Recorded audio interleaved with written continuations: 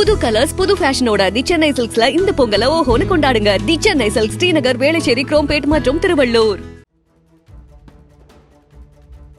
புதுச்சேரியில் மாடுகளை சாலைகளில் திரியவிட்டால் 12,000 ரூபாய் வரை அபராதம் வசூலிக்கப்படும் என நகராட்சி நிர்வாகம் எச்சரிக்கை விடுத்துள்ளது. முதன்முறையாக மாடுகள் திரிந்தால் உரிமையாளருக்கு 3,500 ரூபாய் அபராதமும், இரண்டாம் முறையாக மாடுகளை திரியவிட்டால் 12,000 ரூபாய் அபராதமும் விதிக்கப்படும் என ஒலிபெருக்கி மூலம் அறிவிப்பு வெளியிடப்பட்டது.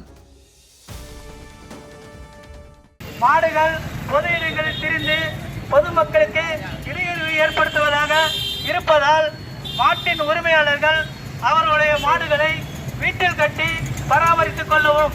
அவ்வாறு இன்றி பொது இடங்களில் திரியும் மாடுகளை கொம்யூன் பஞ்சாயத்து நிர்வாகம் புதுச்சேரி நகராட்சி உழவர்கரை நகராட்சிகளில் ஒப்படைக்க நடவடிக்கை எடுக்கப்படும்.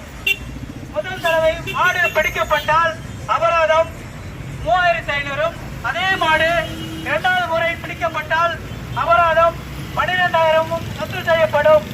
அந்த மாடுகளால் ஏற்படும் வாகன விபத்துகளுக்கு உரிமையாளர்கள் மீது காவல்துறை மூலமாக கிரிமினல் வழக்கு தொடர நடவடிக்கை எடுக்கப்படும். செய்திகளை உடனுக்குடனும் துல்லியமாகவும் தெரிந்து கொள்ள சப்ஸ்கிரைப் பண்ணுங்க.